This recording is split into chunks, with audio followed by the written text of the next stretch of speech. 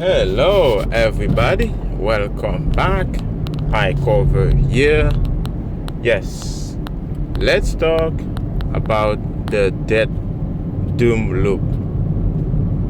So, what is that? Basically, the debt spiral, and because most countries right now, and even individuals, are in the debt doom loop. So I'm gonna start with it in a family level, individual level, and then I'm gonna replicate that to show how this implies to nation state. So you have, let's say, a credit card, and then the interest on the credit card is so high. When you get paid from your job, like your paycheck, is not able to compensate for the interest on the credit card, because let's say you're making you're making somewhere like 3,000, or let's say you're making 2,000 a month, right? You're making 2,000 a month. I know some people make, like, I don't know, just an example, right? 2,000 a month, and you're spending 1,000 for rent, and then another 500 for other things like food and everything else, right? So basically, you're spending 1,500 for yourself, right? For living, right? And then you have 500 left. Your credit card interest is at 600, for example, because it's very high when you add up like credit card, line of credit, and everything else. So you have like about 500, like 600 of liabilities every month of interest, right? Now the interest went up. For example, like instead of like paying, I don't know, like 18%, now you're paying 22%, right?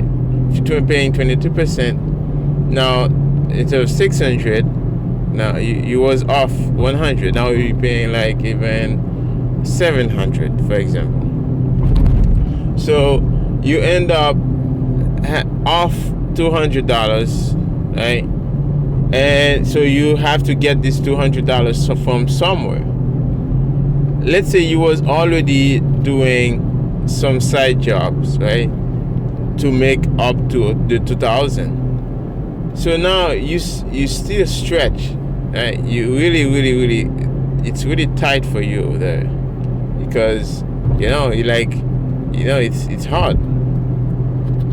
So that's the problem you end up with. And then now you say, okay, I'm gonna get another credit card or maybe another loan to help pay that debt. Well, because you already have so much credit, so much debt, the interest on that credit card is gonna be higher, right? So they straightly charge you 22% now, or maybe 23. So now, boom, you have this credit card, and you're paying 23%. So you take some of that credit card money, you fresh credit card, you try to pay some of that, $300, extra that you had to pay for this interest. So now you basically, and then now again, this money, fresh credit card you take, you have to pay the interest on top of that again, right? So this is the debt and doom loop. So it's a debt spiral. The only direction that can go is down, right? You can't really recover from this unless some like miracle, or like you win in the lottery, which is extremely difficult and extremely unlikely for the individual. And it's really hard. Like, what can you really do in that situation, right? So this is the problem. This is the dead doom look. Now this is for the individual, but it's the same thing that applies to nation state, right? A lot of nation state right now are in the same situation. Basically, the money they have to spend for the retirement they promise, people will give them. Well, by the way, people for retirement, right? The social securities and retirement pensions money. Those people work all their life to give the money to the government, basically, so the government can, promise them to save it, and when they retire, they will get that money back, right? So in investment and stuff like that, which is like really a Ponzi scheme.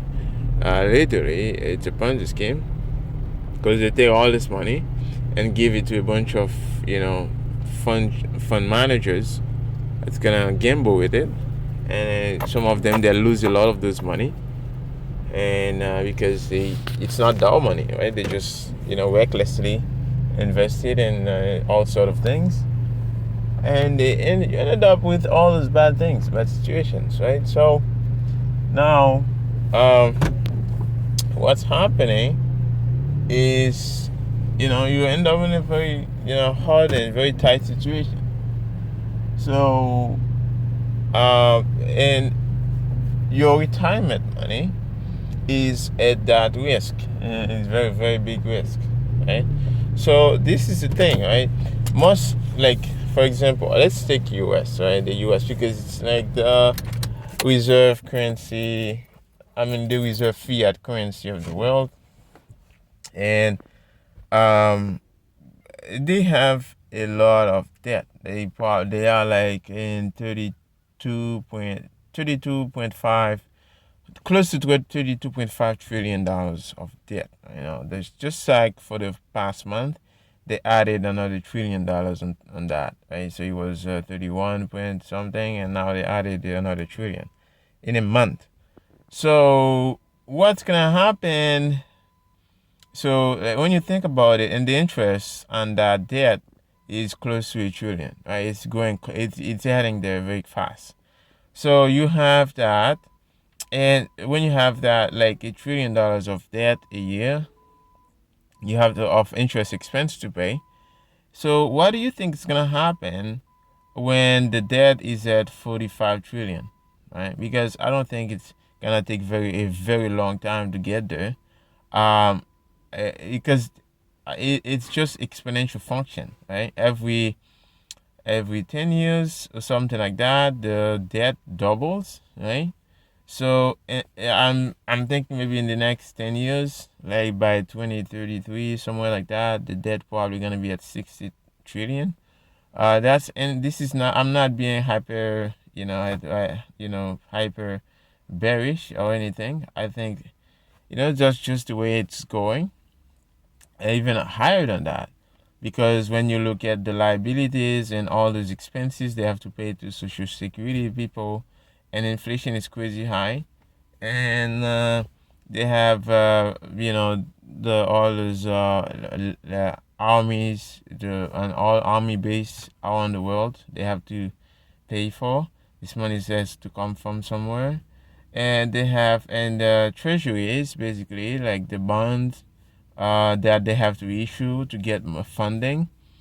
Not too many countries want to buy them anymore, so they have other alternative because they feel like they can get censored, they can be stolen, they can lose their money, so everybody's afraid.